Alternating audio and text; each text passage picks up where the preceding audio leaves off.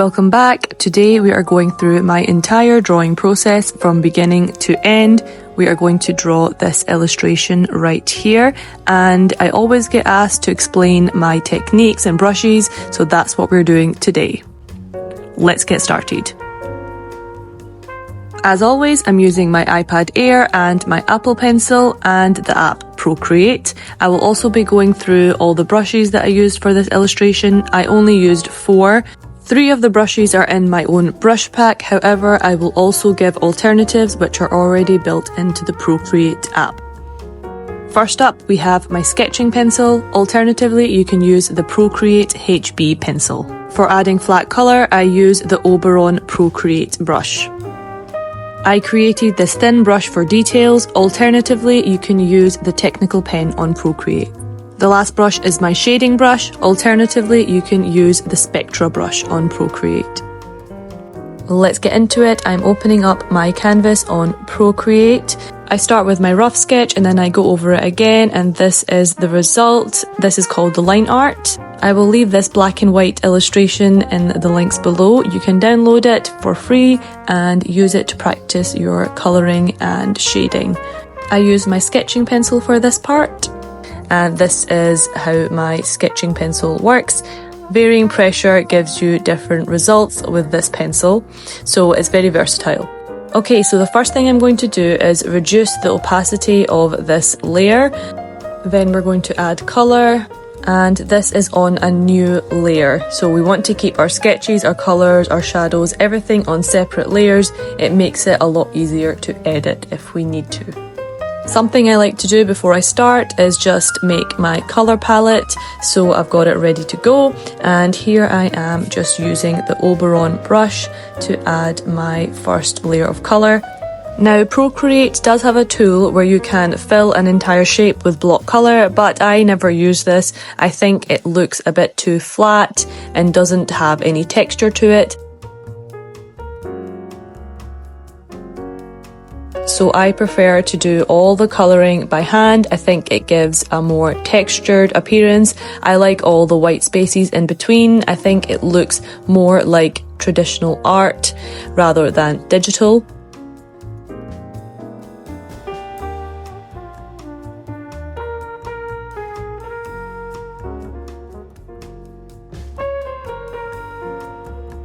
Now, as I'm colouring in, you'll notice that I add layers below and above the existing layer. This just makes the colouring process a little bit easier. For example, I added the skin layer. It just means that when I'm colouring, I don't have to worry about staying within the lines, and it's just one of those digital art tools that just makes art a lot more enjoyable and free-flowing and fun.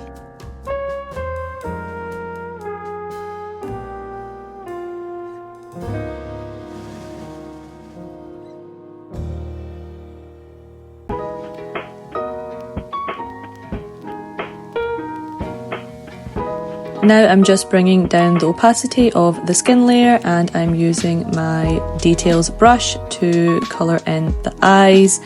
I'm bringing down the opacity just so I can see my sketching layer underneath. Alternatively, I could have just brought the sketching layer forward. Either way, it's a good idea to make your sketch a little bit more visible so that you can really take advantage of the digital art tools. This is something that obviously you can't do with traditional art, especially if you are using opaque colours. It can be hard to see your sketch underneath.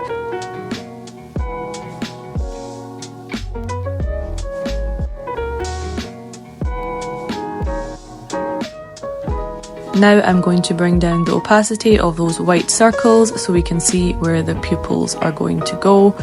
Next, I'm using the clipping mask tool. So to use this, you open up a new layer and click on clipping mask. So with a clipping mask, you can only draw on top of what the layer has down below. So here I drew the white circles of the eyes. I added a clipping mask on top to add the pupils. And as you can see, I can only draw where the white circles are. So I can easily add this colour on top of another colour, and as you can see, it's not going on over to the skin and it's staying within the eyes. And now I'm going to just bring back up the opacity of the white circles for the eyes, and now you can see that the pupils have darkened as well. Now I'm using my details brush to add eyelashes.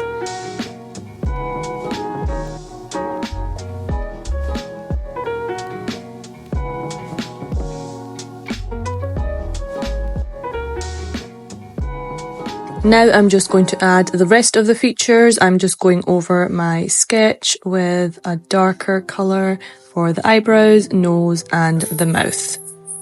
You might notice if I make a mistake, I will double tap on the screen and that basically undoes whatever I did. So it's a really good shortcut to use.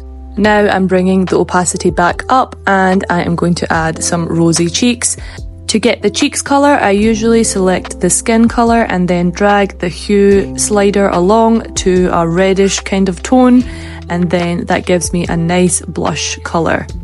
And I just wanted to mention I still haven't changed my brush, I'm still using the Oberon brush, but for the cheeks I bring up the size of the Oberon brush a little and apply really light pressure. With a lot of these brushes, the harder that you press, the more pressure that you apply, the darker the colour will come out. The Apple Pencil has pressure sensitivity, so it is really useful for things like this. Now I'm just going to add the rest of the colour to the illustration and you guys can follow along.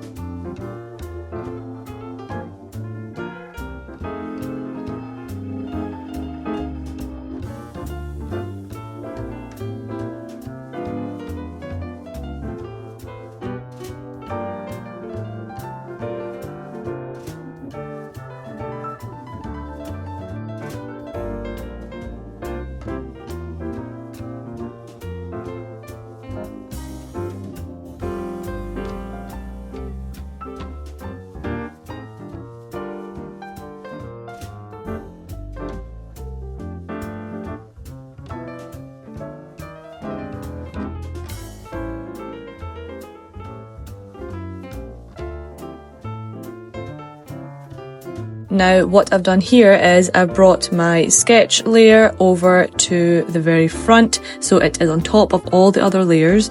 You could also do this at the very beginning if it makes it easier for you to lay down your first layer of colours, but I prefer to do it at the end. I just prefer to be able to clearly see the edges of the colours that I've laid down, so I like to add the sketch over on top, and you will see why I've done this in a moment, once I've added the rest of the colours.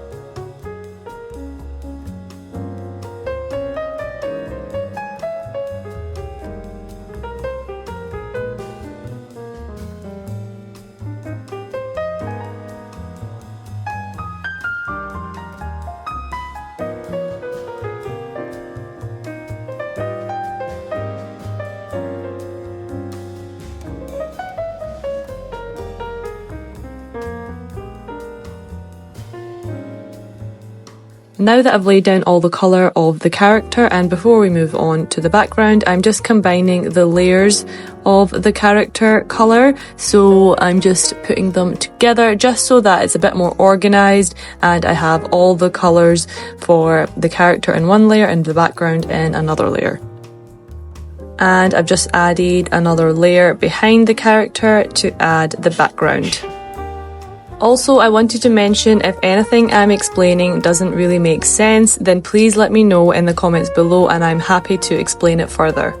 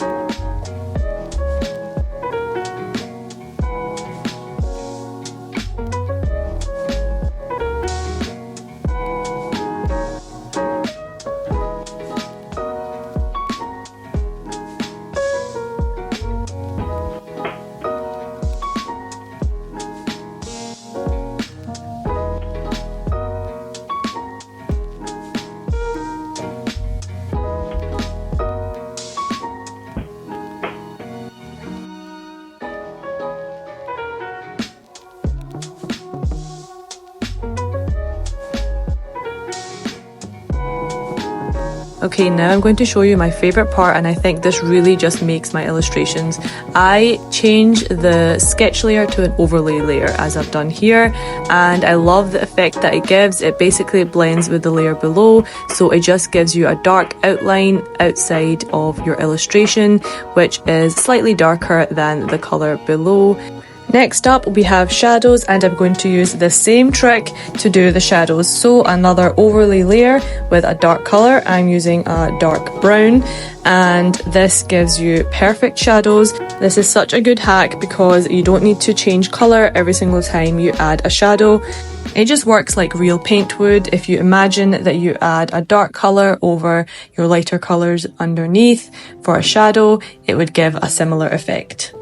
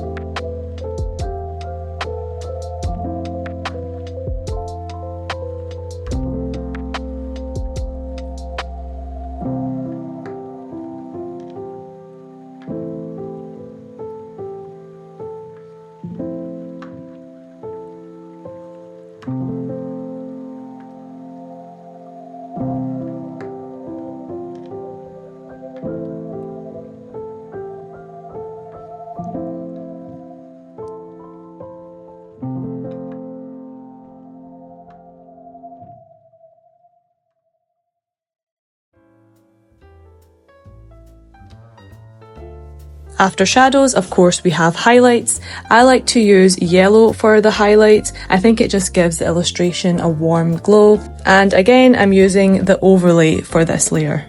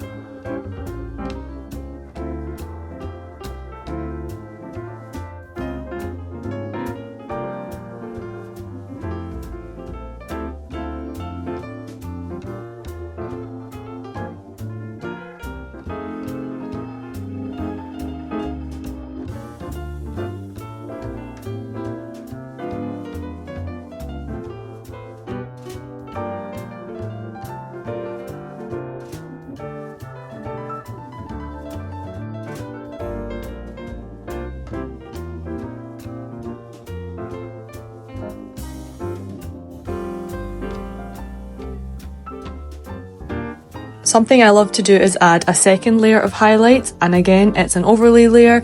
I'm using another yellow shade for this one, and I'm going in with my shading brush from my brush pack. This brush is really soft, it's also very textured, so I think it adds a lot of character to the illustration.